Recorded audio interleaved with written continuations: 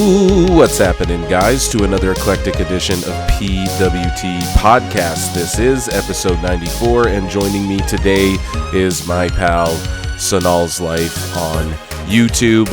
At the time of recording this, it was late last week, and since then, just an update, we talk a lot about New Japan and Gabe Kidd, and he actually was not featured at all. It's even worse than we thought and we feared, as you will come to discover as you listen to this podcast. He wasn't even in the Anarchy Arena match at all at Double or Nothing. He just ran out, got involved, and nothing really came of it. But joining me on the show, and we're about to get into it, is my friend Sonal. So without further ado, here she is, and here we are. I hope you enjoy. So, ladies and gentlemen, joining me now on the show is Sonal from at @wrestling_chat on X. If you're watching on YouTube, I have it pulled up on the screen.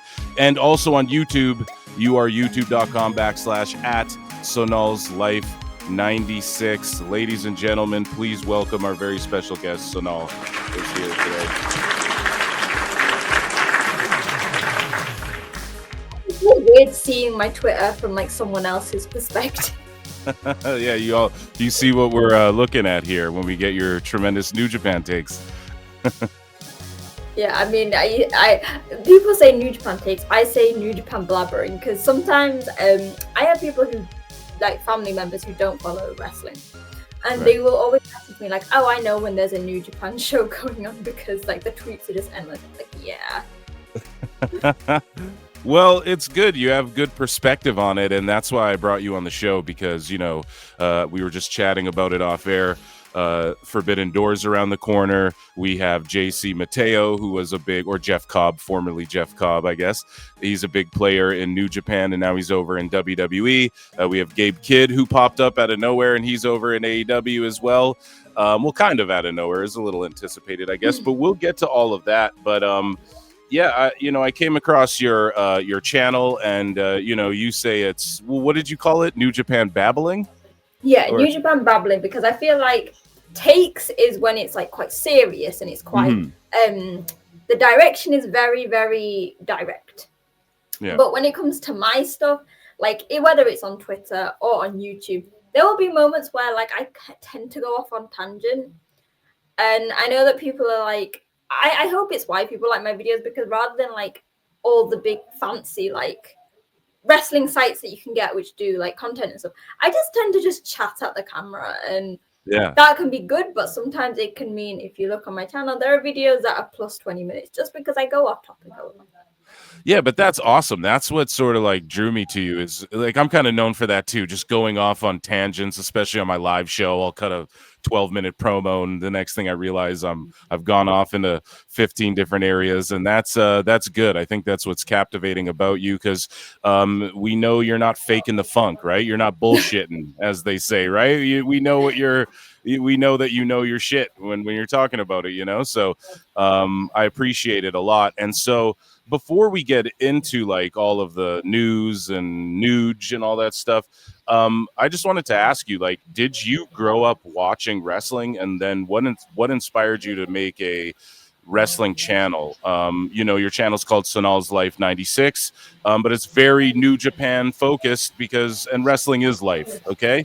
At least in my opinion. But like, what made you get into like, I want to start making content about wrestling, and specifically New Japan? It's interesting. You asked if I watched wrestling my whole life. Complete opposite. Like my parents never watched it. I think when they were younger, they might have watched like the British stuff, but really once I was born, because we didn't have access to like the sports channels, so there was no way for me to watch wrestling. And I always joke about it. The only exposure I had was I had a guy at my primary school who would do the John Cena, like, you can't see me, that's it. I did not know anything about it. I just thought it was funny. And then when I got to like my late teen years, and I always say I'm not embarrassed by this, but me and my sister used to watch Total Divas on the E! Network. Yeah. Which I think a lot of people probably say that was their first taste of it, because E's mainstream. If you've got Sky and things, it's easy to access. Yeah. So we both started watching that. She got into the wrestling side of it, and I decided to buy her tickets to see a WWE house show in Manchester.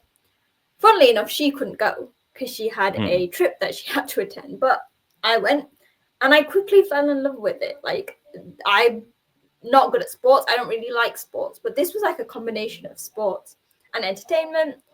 And then so I followed that for a year, and then in 2018, I watched my first New Japan show, and it was Wrestle Kingdom. All because of, like, I obviously knew about Being the Elite. I watched that, but the main one was Ospreay. He was big in the British scene. I'd watched him at a few Rev Pro shows. And so I quickly became obsessed with that. And the YouTube channel is interesting. So the pandemic obviously hit. And I was working in retail at the time, so I was furloughed. And so while, like, my family was working around me, I was just sat here. And for anyone who knows, the New Japan pandemic era was a hit and miss. Some people like to look back at it fondly. Some look at back with cringe. But I thought, because I'd actually been doing like a blog at a time, a written blog. And I liked doing that because I love writing. And then I'd started on a podcast. But I didn't like that because it felt very impersonal. So when I was younger, I always joked, I'd make a YouTube channel. And it never happened. But then I guess, like many people in the pandemic, I was like, right, I've got nothing to do. So I started it. And it's all New Japan mainly because that's all I watch. In the past, I watched. So I think I started watching WWE maybe about 2019 because it wasn't really vibing with me. And then I started watching Tokyo Joshi and DDT. But as with life, things, when you have a love, it becomes like your whole life. And I think I was spending too much time with wrestling. So I focused on New Japan. And so what about like New Japan sort of lured you in more so than WWE, let's say, or like a TNA? Did you have access to TNA and stuff like that too? No, I think I would. I watched Ring of Honor sometimes because they had. I think that was another way I managed to somehow get into New Japan because obviously Ring of Honor back then had the Bullet Club, the Elite. Right. So I thought, but for New Japan, I think it was interesting because I found it shocking when I first watched it. What do you mean there's not a promo every 5 minutes? Yeah. And what do you mean that it goes match? And then I have to go on to YouTube to watch the comments like after the show ends. It was like shocking to me, but actually I love the style of it. I love that although it's like sport, they still had that glamour, you know, the outfits, the ring entrances. And I don't know, I think I was just captured by it all. No, that's good though. And who are three, like, you know, at the time you get into New Japan, who were some of the guys? Will Ospreay and probably, I'm assuming, Okada, and who were some of the people that sort of lured you in besides Will Ospreay? So interestingly, and you'll probably see him on the wall somewhere. So the first feud that I actually watched and I was obsessed with was Jay White versus David Finlay for the United States Championship. That was February, I believe, in 2018. And anyone who knows my channel will know that Jay White was for a long time, even now, even though he's in AEW, he's one of my favorite wrestlers. I've met him multiple times. Like, for me, he was the wrestler. David Finlay, obviously, as well. If anyone knows, Roppongi 3K, they're not a thing anymore, but they were like, I was just a massive Chaos fan. You know, like Okada, Hiroki Goto, Yoshihashi, that whole faction was like the place that sort of helped grow my love of New Japan.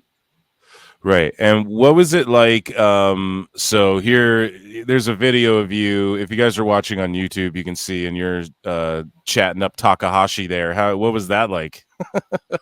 That was actually, I believe it's the second time I've met Hiromu, because we don't get many New Japan shows in the UK. We get one a year, World Quest. But actually, they go full out and they give us a show and you get a meet and greet. So I've attended 4 World Quest shows and I've done 4 meet and greets. So I've managed to meet some idols, and Hiromu is so nice. All of them are so nice, but Hiromu specifically, and like Naito and that, you really feel they have a love for their fans. They listen, and I don't know, I've never done any other wrestling meet and greet.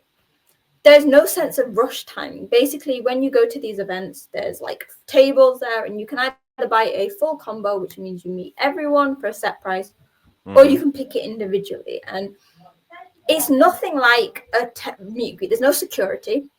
You basically have the wrestlers on tables. You can go wherever you want, and they have up and coming British wrestlers. who are there to like take the pictures and stuff. So you could chat about everything. So when I met Hiromu in that video, you'll see because I went to Wrestle Kingdom, I went to Japan in January. So we were just chatting about our plans there.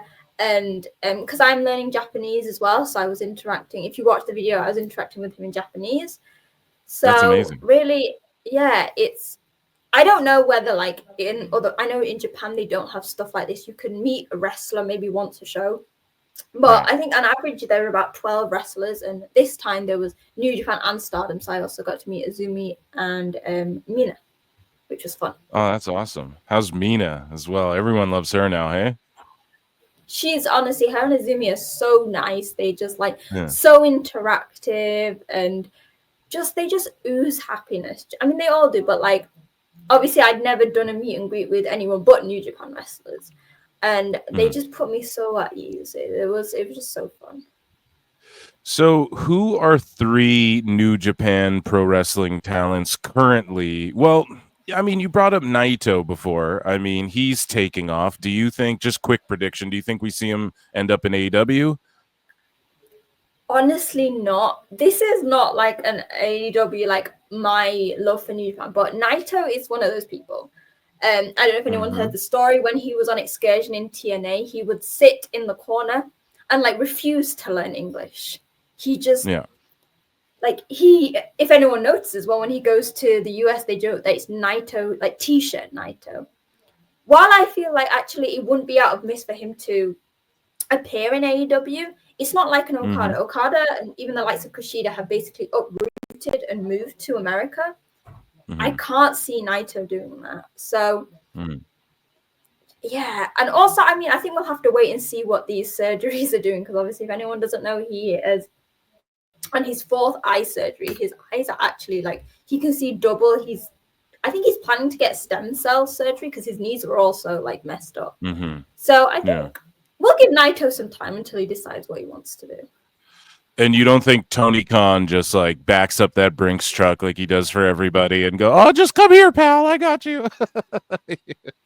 I don't know, because people are saying this, but I feel like it's different with all the other stars they've signed. They've been at their peak, right? And even as a New Japan fan, it was sometimes painful. It was similar with Tanahashi, who's now currently on his retirement tour.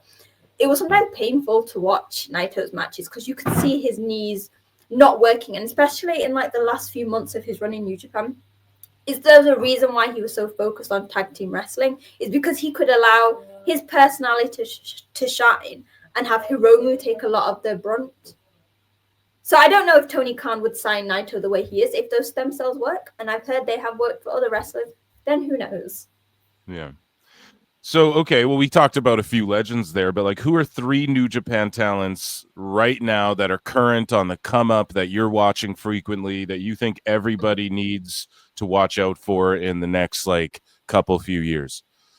Right, so that's hard because actually, if anyone's been following New Japan with so many departures, they're really pushing the new a bit late, but you know what? I think they didn't plan so many to leave. So I guess we're currently in the best of Super Junior period. So I'll start with a junior heavyweight. So it's Kosei Fujita from TMDK. He is phenomenal. He is very special in the sense that, like, even from like his old excursion, he was the first one who really went off on his own route. So he was picked up by TMDK even before he went, like when he was still in Black Trunks.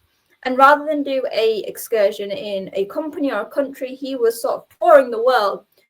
And actually, if anyone doesn't know who the members of TMDK are, so it's Zack Sabre Jr., Robbie Eagles, Hartley Jackson, Shane, and Mikey. And another young lion, up-and-comer, so Oiwa.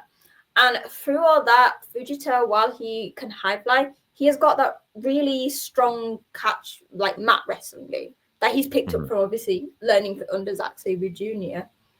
And he's also very charismatic. He's got a very bold persona, very witty, very funny. So he's definitely someone to look out for if you look at the junior division. Oh, it feels hard to pick, so I feel I'm going to miss. I guess everyone knows this. Yota Tsuji. I was just going to bring him up. Like, what do you think of Tsuji? Yeah, Tsuji. him obviously as a young lion. He came to the UK for half of his excursion and half of his excursion in Mexico. So I actually watched him have a match against Shota Umino in Manchester for Red Pro for his excursion. Phenomenal. And actually it's kind of proof of how important an excursion is. There have been a few people who have taken a while. So for the example, like Hanare and Finley didn't go on an excursion. It took them much longer, I think, to find their place within the company. Whereas with Tsuji, he knew what he wanted before he went on excursion. And so he got the best of New Japan Dojo, went to the UK to learn that style, and also went to Mexico, which means he's a heavyweight, a proper heavyweight. But he is so diverse. Like, I guess we could compare it to the likes of Jeff Cobb. He's a very big guy, but he can do moonsaults outside the ring. He's basically a luchador in a heavyweight's body. So you just mentioned a moment ago Jeff Cobb, and I want to talk to you about a couple debuts of a couple people who, took off from New Japan and are looking for greener pastures elsewhere, or just maybe want to be stars in America. I don't know. I'm looking for your take. But Jeff Cobb debuts on WWE SmackDown. Well, he debuted at Backlash there first. And he's a part of the Bloodline, which I think was a little shocking. And I don't know if you're following WWE as closely as you are New Japan, but essentially Solo Sikoa brought in Jeff Cobb, I guess, as like another heater or a guy who can sort of balance out the fact that Jacob Fatu is about to kind of separate himself from Solo Sikoa. So Jeff Cobb comes in under the name JC Mateo, and I guess they're going to tie his Hawaiian. I guess he lived in Hawaii or is part Hawaiian or something. I'm not entirely 100% sure on that, but I guess they'll lean into that when it comes to the bloodline angle, I suppose, because I believe he's Filipino as well. So I'm not sure entirely how he fits into the bloodline there, but hey, Sammy is an honorary Uso. Sami Zayn, it is what it is. So first off, what do you think of the name change from Jeff Cobb to JC Mateo? Do you care about stuff like that? I think that, it doesn't matter. You can change LA Knight's name from Eli Drake to LA Knight, or Ricky Starks to Ricky Saints, or Jeff Cobb to JC Mateo. If they're a star, they're going to shine through regardless. But some people were kind of upset about that name. So what were your thoughts on that name first and foremost? So I think I was one of the people upset about the name change, but not for like the reasons that like it's a weird name. But I think for me, someone who's watched New Japan for a long time, Jeff Cobb has so much history to it. So you mentioned like obviously his background. So yeah, his mom's Filipino. He was raised in Hawaii. He obviously represented Guam in the Olympics, and it almost feels like the name Jeff Cobb has become synonymous with like his career and everything about him. So for me, also I find it weird because obviously he's such an established star, and we've seen established stars of, I guess, Tama Tonga and Tangaloa, another New Japan stars who kept keeping their name, I believe I'm not wrong there. No, you're right. Actually, the only difference, sorry to interrupt, but Tongaloa, they changed it to Tongaloa. Like they just switched the A to an O in his first name, and that's it. Yeah, I thought there was something like that. So like that's him, but someone like me who is, got such history with Jeff Cobb, like he's such a great guy, and like that he is Jeff Cobb. That to me is weird changing his name. But like I said, like you were perfectly right. As if you're an amazing wrestler, the name doesn't matter. But obviously I think the people who had grievances were the people who obviously just used it. Like I don't really watch WWE, but I watched his debut match and they were saying the new name, and I was like, but it's Jeff Cobb. And again, that's nothing on that. It's what I've been used to. I'm used to shouting Jeff Cobb at the television. Right, and I agree with you actually too. I'm not just going to defend WWE on this one, although my stance remains the same. Like I feel as though the name doesn't matter. You're going to shine through, right? But ultimately, I agree. Like Jeff Cobb's a guy you can Google who like represented, as you said, Guam. Like he's a legit wrestler who's also in his 40s, by the way. It's not like a guy in his 20s or maybe like 30s or something where, okay, we got let's say a decade to run with this guy and really Braun Breaker comes in. He's a young guy. Well, we can call him Braun Breaker. It doesn't matter. He's Steiner because we can teach everyone this is what his name is. With Jeff Cobb, I'm like, for a dude in his 40s, not diminishing anyone's age or anything. I know wrestlers can wrestle later into their years now as well, but it's like, well, he's Jeff Cobb. Like, I mean, how many years are you really going to get out of him? 5, like, where he's at the sort of top of the card there, I feel like, before he turns how old? Close to 50. So I just feel like bringing him in as Jeff Cobb would have been the move. If I had the pen or the pencil, as they say, I would have just kept his name the same. But hey, maybe he wanted to change it. Maybe it was smarter for him business-wise as well. We don't know, right? Like, we're not there in his personal life asking him, but I'm sure also it's a little bit of WWE just like, hey, we need to own this, pal. But you brought up his debut match. What did you make of it? Did you enjoy it? Were you like, oh, this isn't it for me? I thought it was a good showing and a good way to showcase his skills, against like a top guy. Yeah, it was interesting. So, like I said, I didn't watch WWE, but I made sure I did the same with the with God, so Tangaloa and Tamatonga. It was interesting because obviously it was an impromptu match, so he was wrestling in like his clothes. Yeah. It felt a bit clunky to me. I don't know what side it was. This is just obviously coming from someone who has watched Jeff Cobb. Like, hell, I was watching him like a few weeks ago. He had a match against Tanahashi for his final bout. I think that maybe it's trying to adapt to like a new ring, because obviously there's so many differences within a ring. Like, there's always that big talk of like, oh, well, New Japan have got the steel cable. So even something as running the ropes will feel different in a New Japan ring to a WWE ring. He's with people he's never worked with before. He's wrestling in like just normal attire. Jeans, like Jeff Cobb normally wrestles in a singlet, like a green singlet. So that's going to be worlds different to what he's doing. But I did find it quite funny that when he did the moonsault and like how crazy commentary went, and like for me that's a standard day in New Japan for Jeff Cobb. Like they actually, like when he was like a few years ago before he joined the Empire, they actually used to call it the Gachi Muchi moonsault. Like it was named after him. So it's quite interesting to see how like those crowds react, because Jeff Cobb's a big guy, similar to Tsuji. Like he should not be able to move the way he does.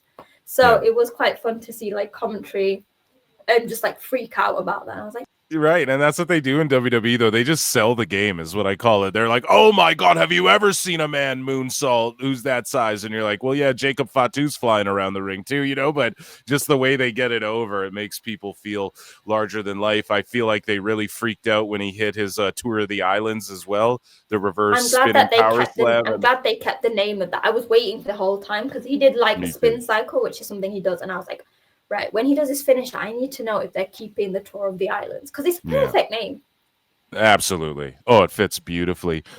Speaking of Jeff Cobb, JC Mateo, will you call him JC Mateo, or is he just Jeff Cobb to you? He'll always be. If you look at my social media, it's not just Jeff, it's Mr. Jeffrey Cobb. Excellent. Okay. So he, on his way out of New Japan, I talked about this on my live show, but this went a little overlooked by some folks, but he got in like a bit of a feud. Well, it was a one-sided feud, IRL, in real life, folks, with TJ Perkins. So TJP went on this like long Reddit post, and he's like, listen, Jeff Cobb's my friend, but let me shit on him for the next 10 minutes. And so I read it all on my show, and I got a bunch of comments when I clipped it from my podcast, and I put the clip on my Clips channel. I had a bunch of comments like, listen, TJP's full of shit. He's bitter. He's always talking mess, or he never knows when to shut up, or this is just one side of the story. Seems like a lot of people were taking up for Cobb. I want and for those of you unaware, basically it was like TJP sort of made it out to seem like Cobb sort of started big timing everyone. Kind of is how it came across. Like he wouldn't text them back when it came to like, hey, we need to figure out what our gear is going to look like. And some of these guys took lower paydays, allegedly. This is what TJP's saying, because of Jeff is doing his own thing and more focused on him. And he would do things when they'd come out to the ring to seem like he's the leader. He'd wait behind everybody to sort of sag behind, and whereas TJP was put in the position of like de facto leader, even though he didn't even really want to do that. And the boys are suffering. Like he sort of put it on Jeff Cobb. In a sense where we might even, our jobs may have not as been secure and stuff like that. You know, he kind of went that far with it. And what are your thoughts on all of that? Is TJP full of shit? Yeah, I just want your take on that whole situation, and if you can shed any insight on that as someone who's got their finger on the pulse of New Japan, maybe more than myself or one of my listeners. So yeah, I woke up to see all this now. Before I preface, I have followed TJP since he was in 205 Live. He was one of my favorite wrestlers. Yeah, I love him. Did artwork and all sorts. But I also love Jeff Cobb. I met Jeff Cobb. We have some very funny interactions on social media, and things like that. So I went into this very neutral-headed. Now, the big thing that we in the New Japan discussed is the fact that TJP could tell his side of the story, whereas Jeff Cobb, so TJ chose to do this at a time when Jeff cannot say anything, because Jeff was obviously signed to WWE and stuff like that. Right. Now, I don't know what goes on in the locker room. I can just say what I see on the thing, and while it's very interesting, so he says this stuff about Jeff Cobb, and my take with Jeff Cobb was actually melded really well with the Empire. He had talking about the gear, he had green ring gear that matched the Empire. Right. And people had nothing but kind words to say. Even now, if you look on social media, so the members of the Empire will message him. So when he made his debut, he got public messages from Francesco Akira, Callum Newman, Great Khan. He's constantly mentioned there. Now, the interesting thing with TJP, so TJP, for anyone who doesn't know, he is no longer with New Japan. He chose not to. He also aired some. Wow. He has been airing some stuff about New Japan in terms of contracts and money and things regarding Bushi Road. And the interesting thing is there's really not been any mention of TJP from the other members. So he obviously had a match with Templario. They won the New Japan Strong titles. Interestingly, after going off at Jeff Cobb about the ring gear, he chose to wear red for that, while Templario, who's not a New Japan contracted star, wore green. Take that as you will. There has not really subliminal. There's not really been any mention of TJP. And actually, they can still mention him because he can work, even though he said he's never doing a Best of Super Junior. He's not really burying the hatchet quite well with a lot of the New Japan fans with some of the stuff he's saying. I tend to look at the bigger picture of social media and things of since this all went down, I've not seen the members interact with TJP on social media, whereas they have been very vocal with Jeff Cobb. Hell, when Jeff Cobb praised Callum Newman for his amazing match with Gota, which obviously Callum replaced him, he was saying thanks, brother, because Jeff was watching it live. When Jeff made his debut in WWE, Great Khan retweeted it. It's small things like that, and similarly, other stars from New Japan shared photos with Jeff Cobb leaving. So El Desperado, Tanahashi, the referees. Do you know what I mean? That is my thing. If Jeff Cobb was this person, people wouldn't have all these good things to say about him. Do you know what I mean? As he was leaving, Tanahashi wouldn't have had him as his last match. So again, I don't know the ins and outs of it. It's the whole question of it's a guy who can say something, making claims against a guy who can't. Yeah, I like the way you put that as well. I didn't even really think about it that way because, it seems as though, because it's easy to say, well, maybe Jeff was big time in them because he was on his way to WWE and he was, but it seems to be, like you said, nobody's really jumping and up to get TJP's back on this. Not even in the comment section. I didn't see anybody. As you said, the wrestlers, none of them seem to be TJ's right. So, and again, this isn't a F him fest, but, he just got messy there for a minute, and I appreciate your insight on that. Problem also comes is so Japanese wrestling is very contained in itself. It's very much based on kayfabe. It's for example, if anyone sees Naito, he interacts with a reporter from Tokyo Sports, and they're very much a kayfabe outlet. So that's what people like. They know about obviously the politics and stuff, but that's not really one. And it was kind of awkward because he obviously aired all these things and it seemed very negative towards. He was basically implying that New Japan weren't giving him the money to feed his family and things like that. Right, yeah. But then, obviously, a few weeks later, he did a show, New Japan Strong Show, won the titles. And actually, instead of going, hell, that was actually a really good match. Oh, I loved that. A lot of us, and I appear sometimes on True Heel Heat, we do reviews and stuff. We felt awkward. Right. Because you're like, well, how am I meant to believe now? You're teaming with the Empire. Similarly, Templario did the Empire sign. TJP didn't. How can you expect me to believe or to want to watch these matches when I'm just thinking about all those comments you made about a promotion that I love? Well, speaking of feeling awkward and, all the comments you made about a promotion you love, brilliant transition there. Gabe Kidd. Okay. He shows up in AEW recently as well, on AEW Dynamite. He shows up to help the, as I call them, the Whitepool Neo Moxley clan. No, the or the Bumbleclot Club was their original name before the new gimmick or whatever. But either way, Gabe Kidd shows up. He helps Jon Moxley retain the title in a cage match against Samoa Joe. And a lot of people, and I covered it on my show, on one of my live shows recently, where a lot of fans are like, hey, Gabe, you talked a lot of shit about AEW, and I even had screen grabs of Japanese fans with Google Translate translating their text into English, and they're pissed, man. Like, a lot of people are saying, not a good look for Gabe Kidd. You sort of betrayed us. This is awkward. My theory's always been, that Tony Khan and Gabe Kidd, like, here's the thing with Tony Khan. He doesn't like when people trash AEW unless he's in on it, So if CM Punk goes off and says the exact same things Moxley says now, but he does it in real life and not in like a promo way where Tony Khan's sort of in on it, for instance, Chris Charlton, like, he got suspended allegedly or whatever happened. He got sent home or whatever because he took a shot at Tony Khan. Meanwhile, Gabe Kidd can say whatever he wants, or Moxley can say whatever he wants. Why?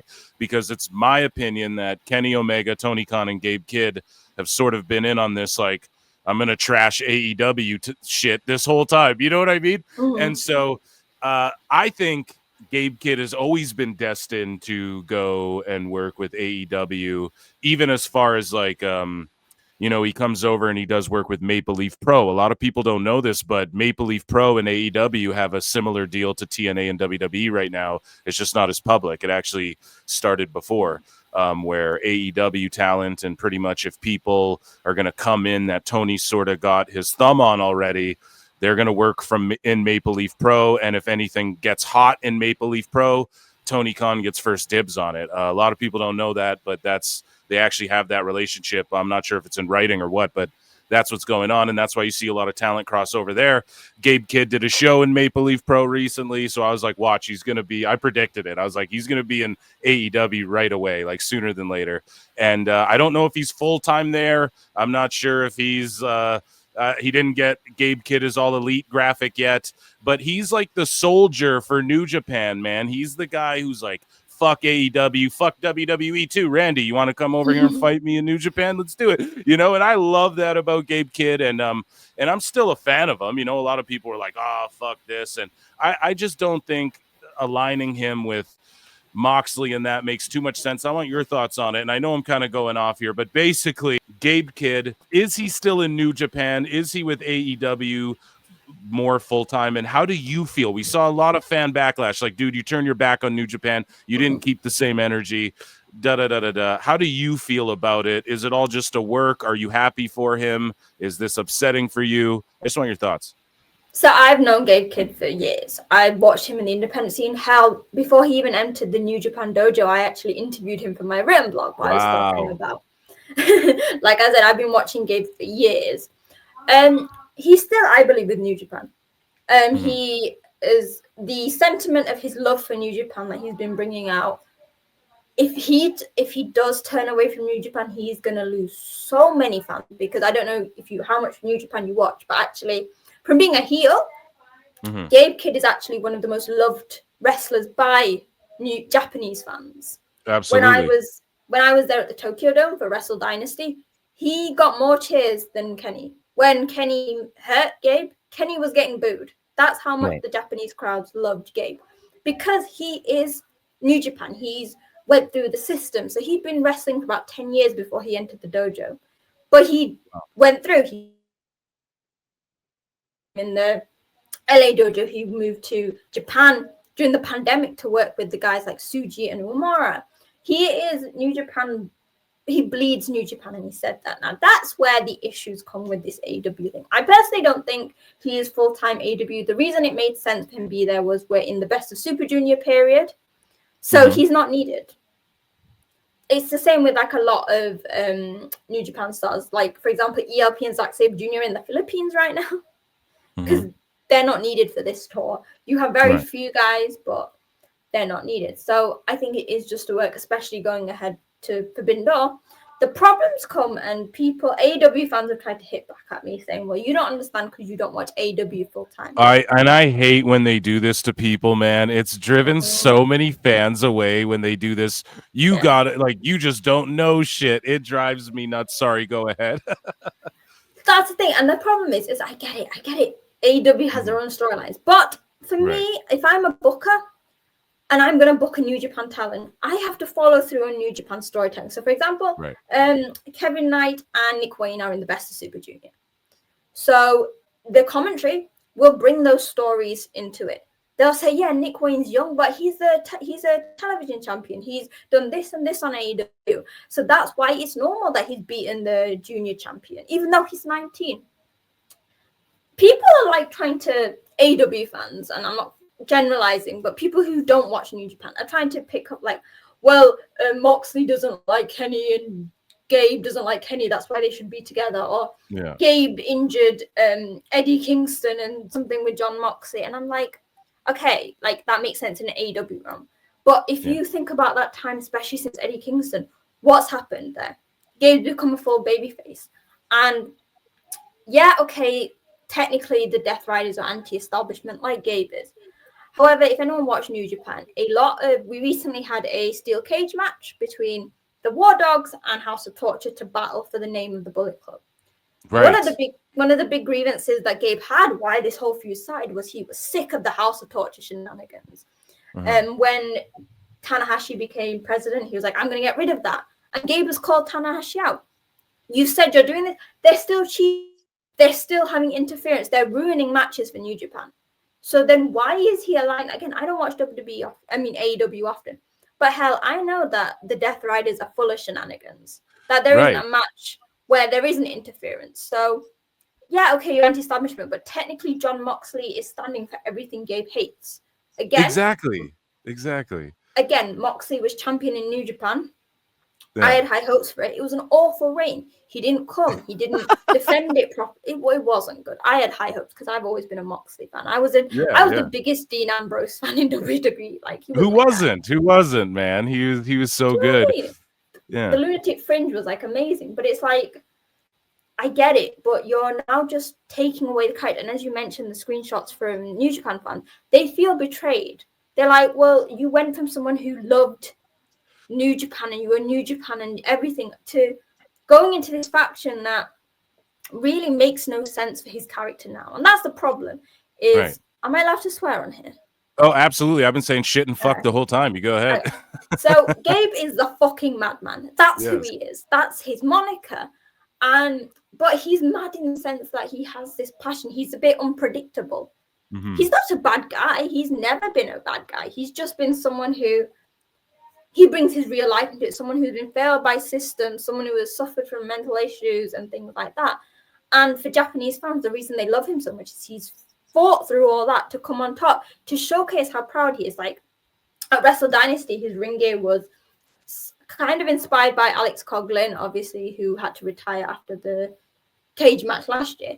But it had the New Japan logo on it. Yeah, this man's meant to be a heel, but he has got the New Japan logo blazoned on his ass while he's wrestling Kenny Omega. Yep. So AEW fans tell New Japan fans you're being dramatic. It does make sense. But if you've watched Gabe Kidd's journey over the last 3 years in New Japan, it makes no sense. And that's where the thing is. Yeah, and I'll add to what you're saying. So I've seen some AEW fans as well, or the sickos, as Tony Khan calls them, right? But I've seen them say like, well, Gabe Kidd hates AEW and the Death Riders are destroying AEW, so why wouldn't he go with people who are destroying AEW? And I'm just like, well, one, that doesn't really fit him. He doesn't hate AEW like that. Like, he hates it in a way where, why would he give a shit if AEW guys are destroying AEW from the inside out? Like, you wouldn't even care about that. I think just quickly, like he's also mentioned, I think the reason that and it's something that you have, it's the unequal balance of relationship. We've all said it in like reality. He said it in kayfabe in the sense that he's like, well, how come all the guys from New Japan go to AEW, but we don't get anything in return? Yep. No, it's absolutely right. And another thing I want to point out is at Resurgence, am I wrong about this? Didn't the Young Bucks trying too sweet with the War Dogs, and then they were like, fuck that, and Gabe was there, and they're like, nah, we're not too sweeting you, we're too sweeting each other and getting out of here. So in AEW as well, the Young Bucks are aligning with Moxley too. So why the fuck would Gabe come back? He didn't too sweet them like a week before, but then he comes to AEW and is like, but I'm aligned with them here to get the belt, to make sure Joe doesn't get the belt for some reason. I don't know. To me, I don't watch New Japan as hardcore as you do, but I keep up with what's going on. And to me, I was like, this doesn't even really make sense if I'm supposed to be watching everything outside of AEW or however you're going to, I guess, gatekeep people who are critical of this story. They come with all these different angles, and I just don't think any of them fit. I'm not a big fan of Gabe Kidd being aligned with Moxley's crew overall, but you had brought up question. Absolutely. Is Okada's still aligned with the Bucks, isn't he? Yes. Right. So then that's another issue. So when Okada left in a very controversial way, in the sense that he was the top of the company. He could have spent his last, like Tanahashi is doing, spending his last few months helping to build up the new talent. He didn't do that. And Gabe has called Okada out for that.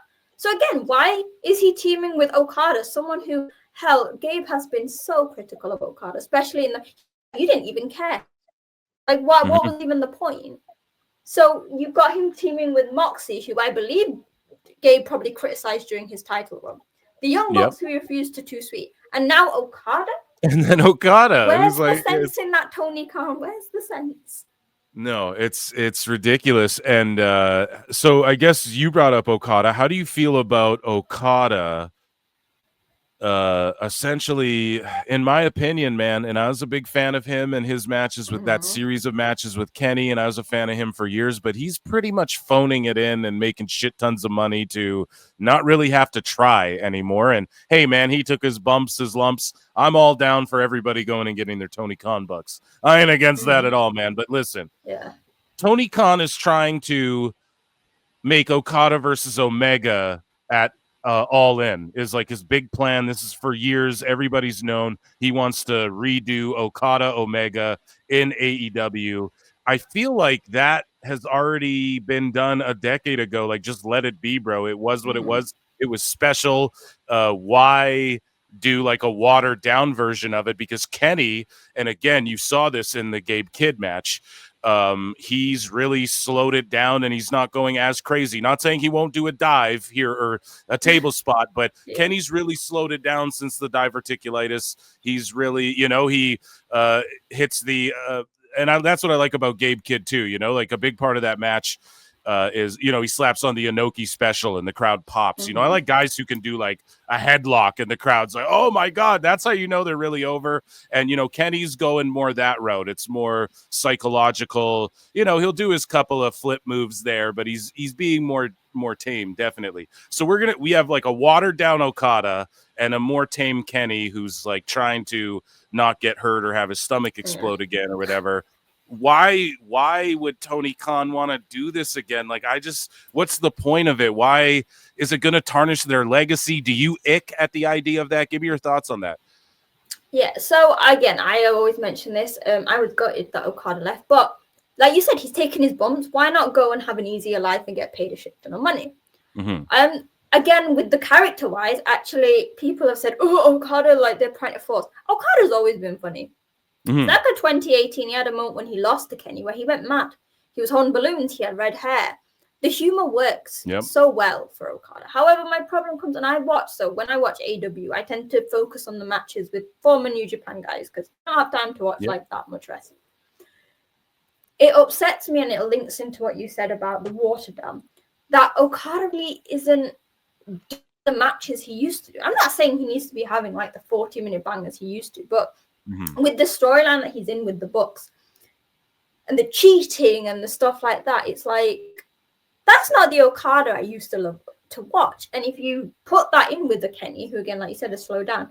So what you've got obviously it's the right thing to do for Kenny is to slow down. There's been so many wrestlers who have had huge things like this happen to them, and they have to change their style for safety. How Will Ospreay has done that. He really, when he bolts up, he slowed down a lot. But then do you have Okada in the match where he's like getting ref bumps or he's getting interference? Because that's what Okada does now. He's never did that, not since his heel days. But do you have that? Like you said, to tarnish that last match they had together.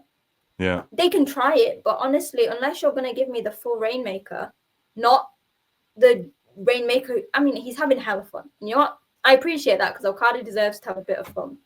Yeah. But don't tarnish a legacy by trying to replicate something when your characters and the wrestlers are very different. Like you said, so their last match was 2018, I believe.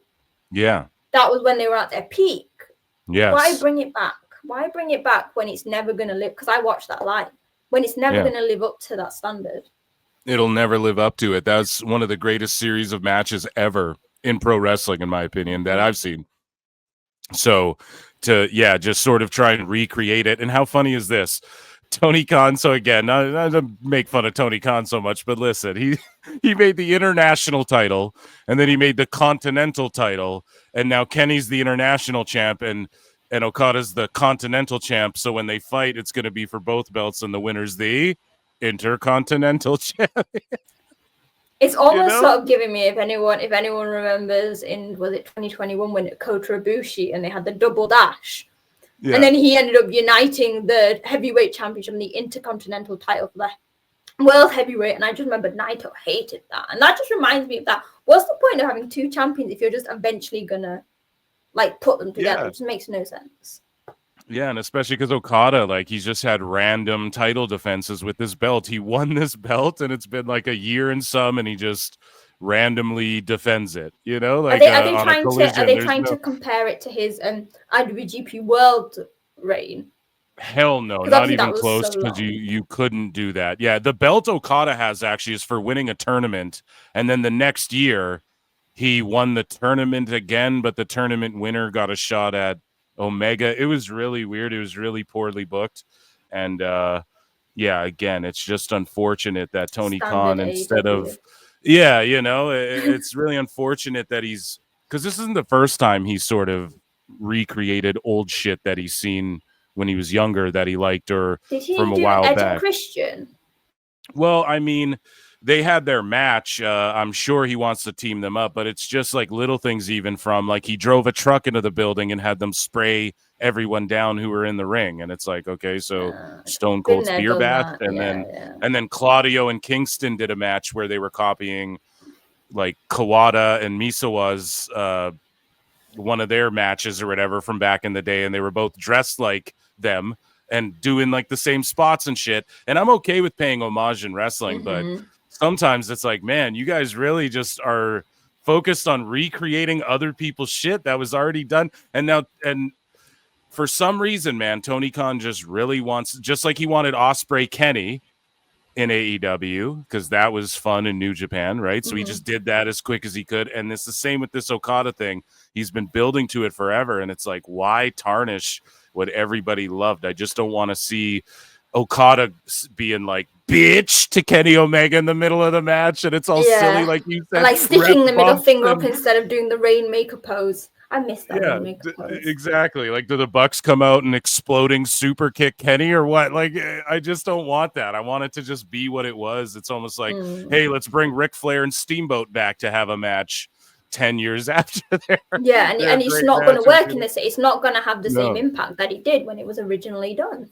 No. So, well, we talked a lot about AEW's relationship with New Japan. So, how has AEW's relationship with New Japan affected New Japan in your opinion? So, for instance, I want to point this out. You talked about you were at this show. They did Wrestle Kingdom, and then didn't they do at the start of the year here? They had one night where it was just New Japan guys, and then the next night it Wrestle was Dynasty the next night.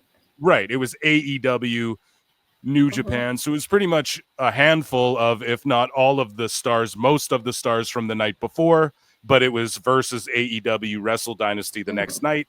And if I'm not mistaken, just the New Japan show with just the New Japan guys sold more tickets than the AEW New Japan crossover. You would think with the AEW guys coming over, they'd have sold way more fucking tickets, but that wasn't the case. So that would be an instance where, objectively speaking, you could say, is it really even helping them? And another thing, a lot of people say Tony Khan has gutted New Japan of their roster. I want your thoughts on that. Has Tony Khan gutted them? Has the AEW relationship been beneficial for New Japan, or has it just been largely one way, as Gabe Kidd would say, in previous months? You can probably go on. I think I've done 50 million videos on it, and I think I've done 50 million appearances on True Heel Heat where I've spoken badly about Tony Khan, which is kind of awkward because I want to get media for Forbidden Door this year. So we'll see how that works. You'll get it. You'll get it. Because obviously I'm hoping they're like, oh, she's New Japan. So yeah, I was obviously there at both shows. Yeah, it was definitely clear that Wrestle Kingdom was much more full than Wrestle Dynasty. And I think what people need to realize is that they were like hoping that will bring more fans to New Japan. The fans in Japan who are there are already fans of New Japan. And really, the next night was for them. They might know a few people. So, for example, like within the women's match, they had Mina, who's obviously now signed to AEW. There were people like Kenny, they know. But actually, the reason that more Japanese fans probably bought Wrestle Kingdom is because there's a roster. It's full of their stars. Yep. Why are they going to pay loads of money to see people that probably a lot of them don't watch, that they don't really have a connection to? I only went because I bought it in the hope that Jay White and Ospreay were going to be there, but they weren't. So, wow, a little disappointed. Yeah, but yeah, I was so disappointed. I was like, I just need to see Jay. Obviously, the Jay thing makes sense because his stipulation when he left New Japan was he's not allowed to wrestle in Japan. So I got that. Obviously, there was no Ospreay, no Okada. There was no Kyle Fletcher, no Aussie Open. It felt like the big stars that the Japanese crowd would have bought tickets for, e.g. the former New Japan stars, they're the ones who would have probably got more seats. Like, hell, imagine if you're like, Okada's coming back for one match in Japan. That'd have sold it out straight away. Yeah. So do you think overall the relationship with AEW has hurt them, or is it neutral, or has it benefited them, for instance, as well? Like in America, New Japan wanted to expand, and like AEW is supposed to help them sort of expand and blow up a bit in America. That didn't really work. It seems like there are events where they don't cross promote as much that they do in America with AEW also, or do better. I feel like, maybe I'm off on that, but someone could track that, but either way, like, do you think overall it's been a net positive for New Japan to be associated with AEW, or do you think it's actually hurt them like many people speculate or claim it has? I'm on the side that it's hurt them. I have been for years. I have been since this started. So, for example, you spoke about like attendance and stuff. Before AEW was a thing, New Japan sold out Madison Square Gardens with their G1 Supercard with Ring of Honor. Or as Jay White likes to say, he's the man who single-handedly sold it out. Still being called. So they were doing that without any AEW. Since then, like you mentioned, New Japan shows, the US ones do quite well. Venues, because obviously a lot of people probably won't take the time out to pay for that when they can watch an AEW show. The main thing, and you mentioned this earlier, is the roster. Hell, I am, like we mentioned earlier, I am all for people going to get paid for doing less. Like, I'm not saying that AEW is like for weak people, but obviously if you compare the schedules and stuff and like the amount of wrestling, I think the Bucks actually mentioned this. They mentioned that when they wrestle for New Japan, it's good because when you're on the card, you're on the card. If you're mentioned, you're going to wrestle. But for example, you go to AEW, and you might not be on the card, or you might be asked to go just to film a promo. And so I guess if you want to go, that's fine. But they have got it a lot. I think, unlike a lot of people who are all doom and gloom, like it's the end of New Japan, it's made New Japan stand up and like push their youth talent. But for a company who said that they want a relationship, by taking all this talent, which they would have had much easier access to because of this bond, it's been like a kick in the face, because they've taken, actually, there's a running thing that they took, or like most of the people who've been in the main event of, and now with Naito gone and Tanahashi retiring, there's literally like years upon years of main events that have just, their wrestlers are not there anymore. And has the AEW partnership benefited in Japan? Obviously not, as you can see from Dynasty. Has it benefited in America? Again, no. Okay, it's great that there are some stars who get to shine on AEW TV. It's great. Ishii, we see him very regularly on AEW television, but they've not returned it. They gave us Nick Wayne, Kevin Knight, but technically Kevin Knight doesn't count because he's on a dual contract. Right. Similarly with Takeshita, well, he's on a triple contract. There have been tournaments, so World Tag League, G1, AEW have not sent us anyone. Right. Like, the Bucks held the IWGP heavyweight tag titles, but because obviously AEW is a weekly show and the World Tag League runs in a tour, they couldn't come. It's almost unheard of tag teams champions to not be in the tournament. Similarly with Moxley, when he had the title, because he was needed for weekly television, he wasn't able to complete a full tour. Whereas if you watch Hiroki Goto, Tetsuya Naito, Tanahashi, Okada are always present on tours. You don't have to be there every tour. For example, Best of Super Junior, Goto's not there for that. There's also like the imbalance. This is what happened ahead of Forbidden Door. You'll see a lot of Japanese fans basically going in these matches. 9 times out of 10, it's the AEW talent going over the New Japan talent. Right.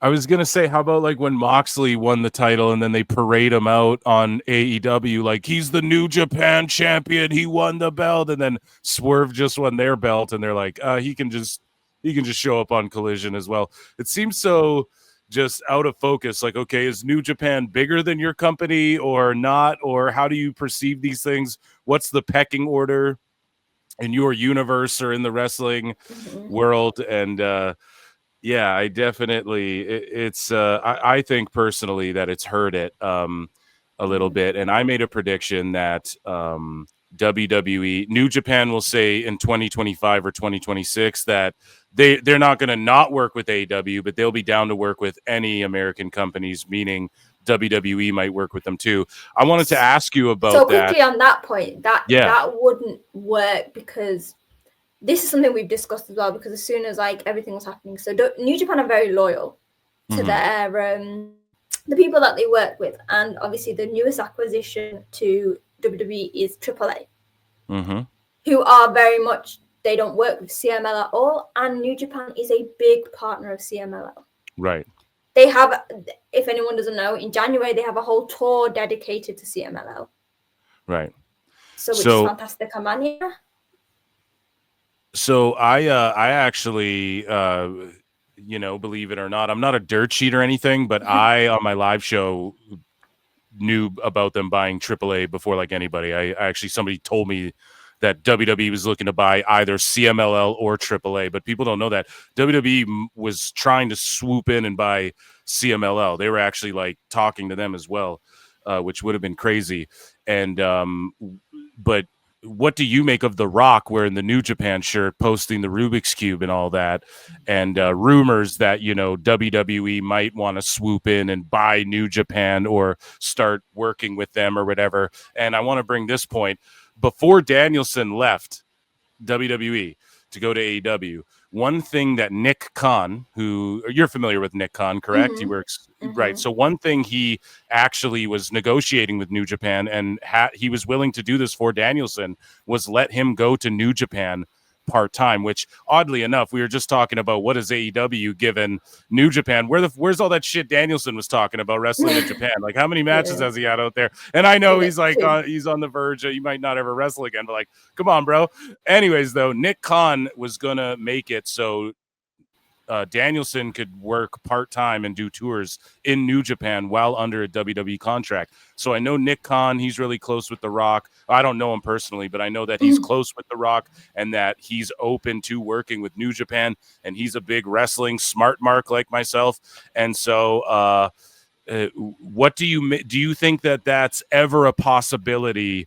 And I know for sure WWE was even looking at, we might buy CMLL instead of AAA, or right? What really won them over with AAA was the fact that they're selling out. Del Rio's a hot heel champion, which just typically doesn't work in Mexico, but it's an anomaly. It's working, and all the IP they own. But they were talking to CMLL. We saw The Rock post the New Japan thing. We know Nick Khan's willing to work with New Japan and all of that.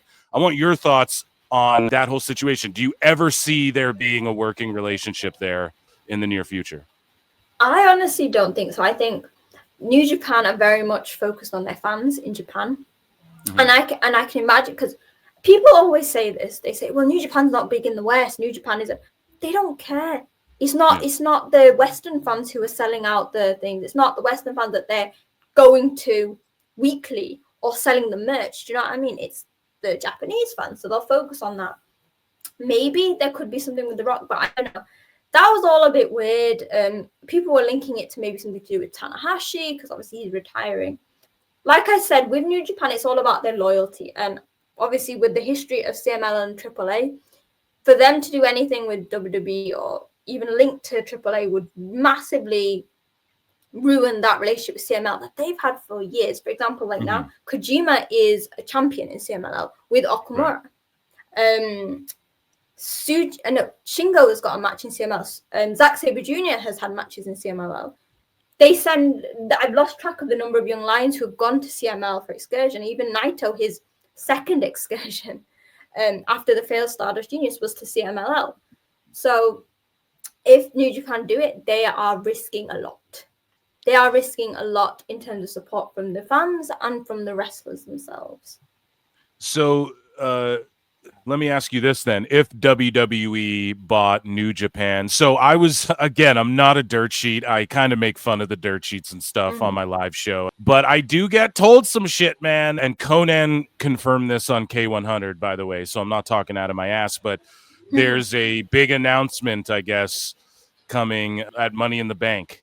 There's going to be another major announcement from WWE. Now, I think it'll just be like, hey, we're doing an arena in Mexico or something like that. Some people are like, they're going to announce that they bought Noah or New Japan or Stardom or one of these other Japanese companies. So let me ask you, if WWE bought New Japan tomorrow, are you pissed off as a fan, or are you like, well, are you going to be optimistic about it?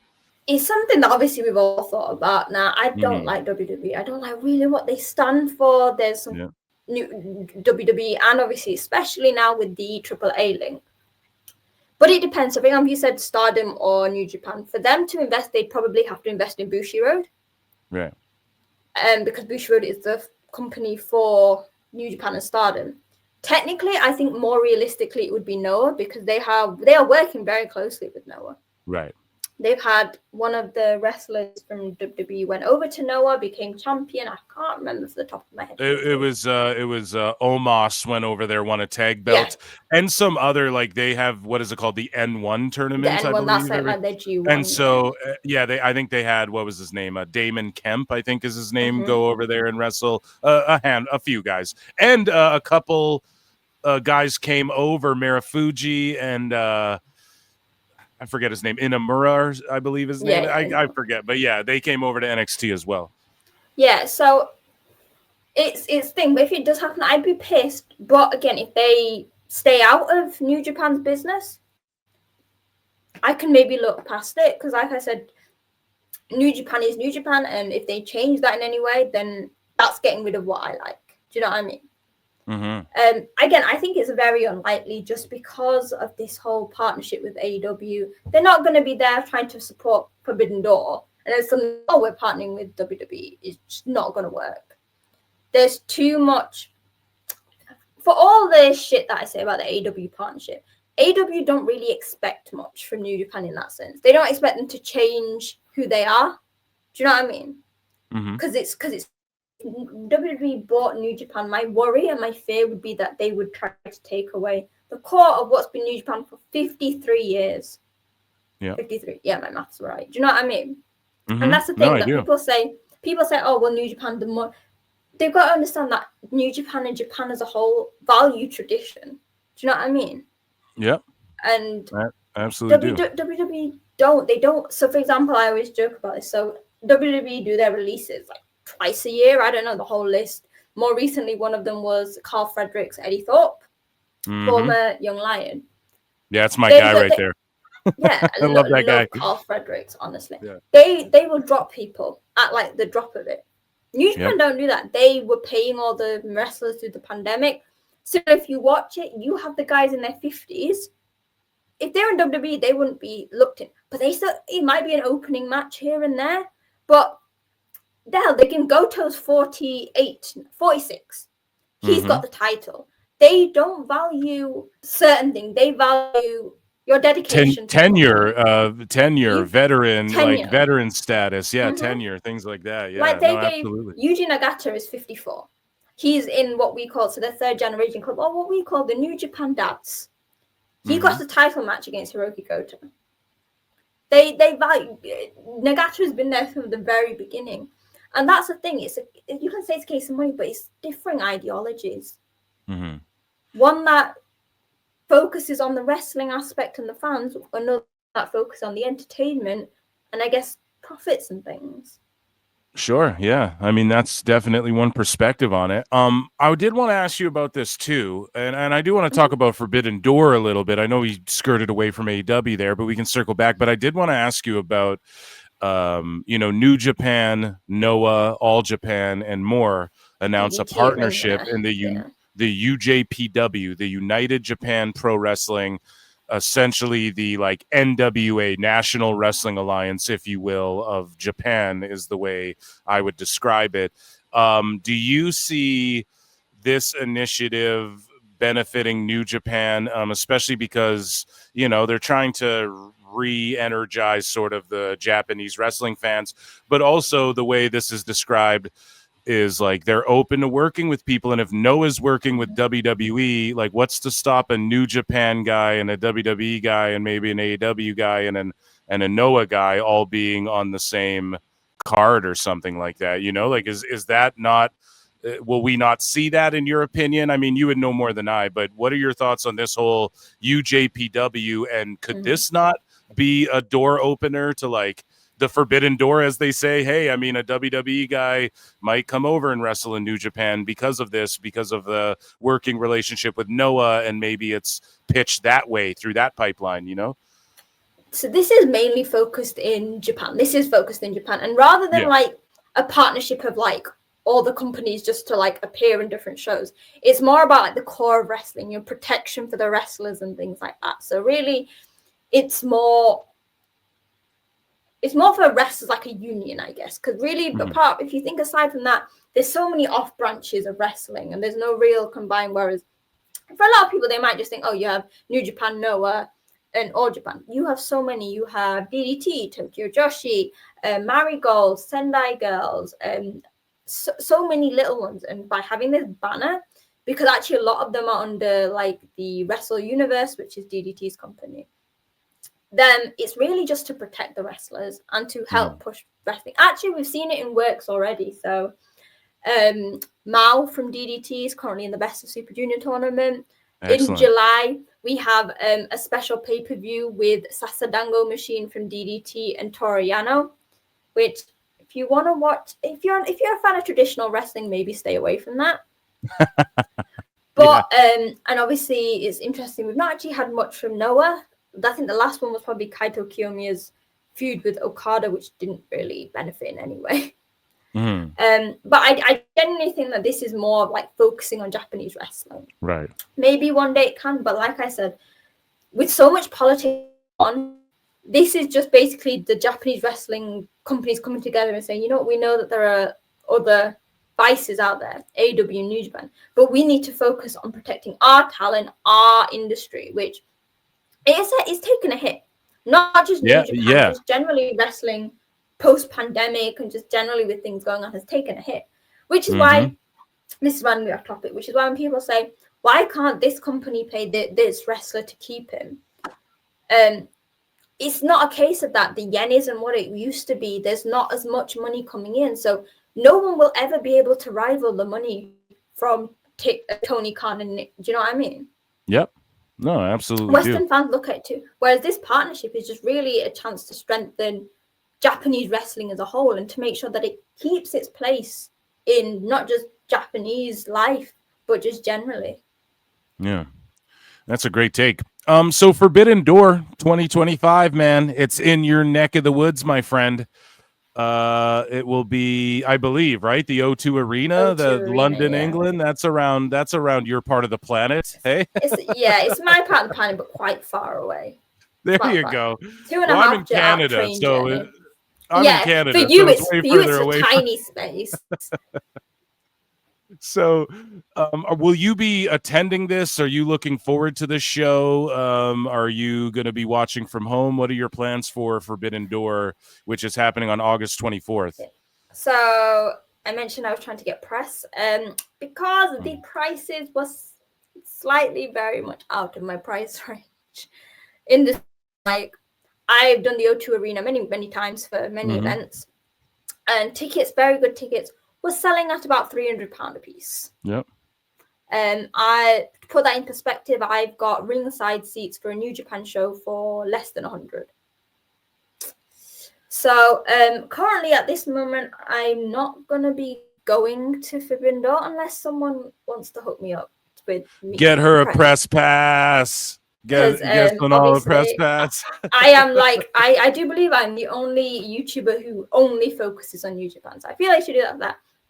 I would love to go. Forbidden Door for me, like I didn't go to All In last year at Wembley because obviously, again, it's a lot of money for me, for someone who's not invested. So I would love to go to Forbidden Door because like you said, it's New Japan. I'd love to see the New Japan stars on an O2 stage because normally I watch them in like the Copper Box, which is a small venue that was set for the Olympics, or Crystal Palace.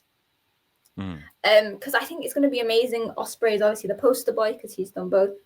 But as I've mentioned on Twitter, and I had a whole rant about this, the prices, and again, AEW fans annoy me because, generally sometimes wrestling marks. But Sonal, if you compare it to WWE prices, I don't care about WWE prices, but for something I love, I shouldn't have to pay £300. And someone said, go to the seats at the back. One, I have I can't do heights. And two, why am I going to go to the back when I can't see anything, when I can watch at home for like £15 for the pay-per-view? And comparing it to WWE, like, man, AEW's business isn't as hot as WWE's. I'm sorry. Like, we just talked about how the New Japan show outdrew the fucking AEW New Japan show in Japan. Like, come on, man. I'm sorry. And for them, but I do agree, like, with AEW to gouge with ticket pricing, I'm not a big fan of that right now. Everybody knows with AEW shows, you just walk up last minute and get your fucking tickets and they'll be much cheaper. Well, that's the thing. So people are saying that. But for me, I live quite far from London, so I have to pay for transport and travel. And the closer you get to the day, it gets more expensive. Now, I was having people saying, well, it's Ticketmaster's fault. To an extent, yes. And the £400 ticket on Ticketmaster was Ticketmaster's fault. However, if I went on Access, which don't do it, that ticket was still 280 quid. Yeah. To put it in perspective, I'm a K-pop fan. So I have been to several K-pop concerts at the O2. The most I've ever paid is 160. Wow. For a very famous K-pop group. Yeah, and those are big shows. Yeah, so the group that I specifically like, they have massive sets. They have backing dancers. They have outfits. Honestly, with Forbidden Door, they could get a ring from any place in the UK. Yes, you're paying for, I guess, the travel and stuff. But for example, New Japan, when they do their shows, are paying for mainly Japanese talent to come, but they're not charging an arm and a leg for it. So what do you make of no sign of Stardom or CMLL being a part of this Forbidden Door show? Last year, it was very much hyped up, like AEW, New Japan, Ring of Honor, Stardom, CMLL, right? And then this year it's just like AEW and New Japan. What do you make of those other two companies sort of not being involved? Is there anything, should we put our conspiracy hats on there, or? If you look on the poster and the one with all the people on it, it's majority AEW stars. Right. I don't know if you can see, it's quite weird, quite interesting. If they don't have any CMLL, I think even last year they had like one CMLL like match or something. It would be very sad. Especially, I think, with not having Stardom, you take a massive hit. Because what you've got so many chances. You can do your women's champion versus Stardom champion. Or, for example, I mean, I don't know if she's going to hold it then, but Azumi is currently the New Japan Strong Women's Champion. Because obviously that was to be Mercedes Moné. Yeah. You're cutting out. Like, what are you going to do? Are you just going to give me AEW women? Because, sorry, there's no New Japan women. That's not a thing. So are you just going to have no women's matches on it? Like, it doesn't make sense. I think the only reason that might be a thing is, for example, if Stardom has a very big show, then right, and they want to prioritize their talent. And again, CMLL, if they have that, but I personally would love to see. I think CMLL talent is one of the most underrated rosters. They're fun on MLW. They feature a lot of CMLL guys, and it's fun. I noticed though a lot of Stardom gals were at WrestleMania, and I'm starting to notice something now that Stardom gals. Ladies, they were at WrestleMania, and I'm noticing a lot of these ladies are now, instead of crossing over to AEW and they roll it out like, oh, this Stardom wrestlers here, whatever, like they were earlier on, like you have to flat out leave Stardom and announce, I'm coming to AEW in America now. Are you noticing that? I don't know if that relationship's as clean as it once was between AEW and Stardom there, but just something to keep an eye on. I don't know. And maybe that factors into why they're not featured on this. I mean, it could be. I think there's also a case of, like, especially with a lot of WWE, there's a lot of Stardom women in the past who've gone. And if they speak to the younger girls, because they're obviously senpais, and they speak to their kohais and they say, actually, this is a great place to learn something completely new. Because if you go to AEW, you're still going to be in the realms of sort of Stardom matches and stuff. Whereas if you go to WWE, there's a lot more. And I don't think that's the reason why there's not as many, because like I said, there's still a lot of Stardom people who go to AEW. Like, for example, Mina Shirakawa has recently left. But also AEW have a lot of other companies. So they have a lot of Tokyo Joshi stars coming over. So Miyu Yamashita and people like that. So yeah, it'll be interesting to see. But I think really at the core of it, Forbidden Door was just meant to be New Japan and AEW. So if they're going to stick to that, they're kind of going back to the roots. So what do you, before we wrap things up, what do you hope happens at Forbidden Door? Like, is there any hopes that you have? Like, this guy walks out with a title. I just hope they don't mess this up. Any predictions, any hopes, any dreams, I guess, for this Forbidden Door coming up? First dream is if I can get tickets, that would be very nice. That'd be very nice. I would like that. I have a few. I don't know whether Goto will retain at at Dominion, but I would love to see Shibata versus Goto for the IWGP title. That would be amazing. Jay White. I wanted this at Wrestle Dynasty. Give me Jay White versus David Finlay. Not even for a title. I do not care about titles.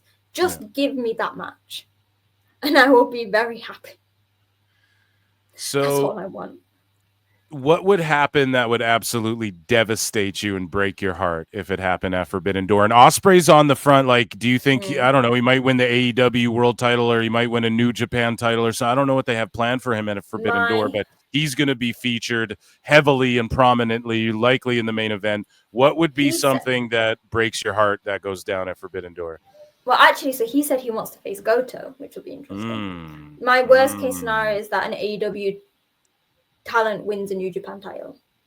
Any New Japan title. But, I mean, to be fair, if it's the never 6-man titles, I don't really care because we don't see them anywhere. They're on House of Torture at the moment, and so basically nothing's happening. But yeah, generally, any of the IWGP title and the global title, the tag title, so either the junior or the heavyweight, the Never title, which actually Takeshi's holding that at the moment. And Takeshi's been pretty decent with that. Yeah, he's awesome. He's on a triple contract. The television title, I just don't want any of those titles to be taken hostage. Like, that's what happened with the tag titles when the Young Bucks had it. Happened with the Moxley and the title. I don't want that. Don't want the titles to be held hostage. We don't have enough of them. The Young Bucks, hey? How do you feel about those guys? I used to love the Young Bucks, honestly. Like, Me too. When they were junior champions. But yeah, again, it all come like they actually, when they won the titles at Wrestle Dynasty, there was no pop. Yeah. No one cared because they were going against Naito and Hiromu, who obviously the fan favorites, and also against Okada and Jeff Cobb, who again favorites. So it's kind of funny how little people really care. Yeah. Exactly. No pop. As Roman Reigns would say. Well, Sonal, I've kept you for so long.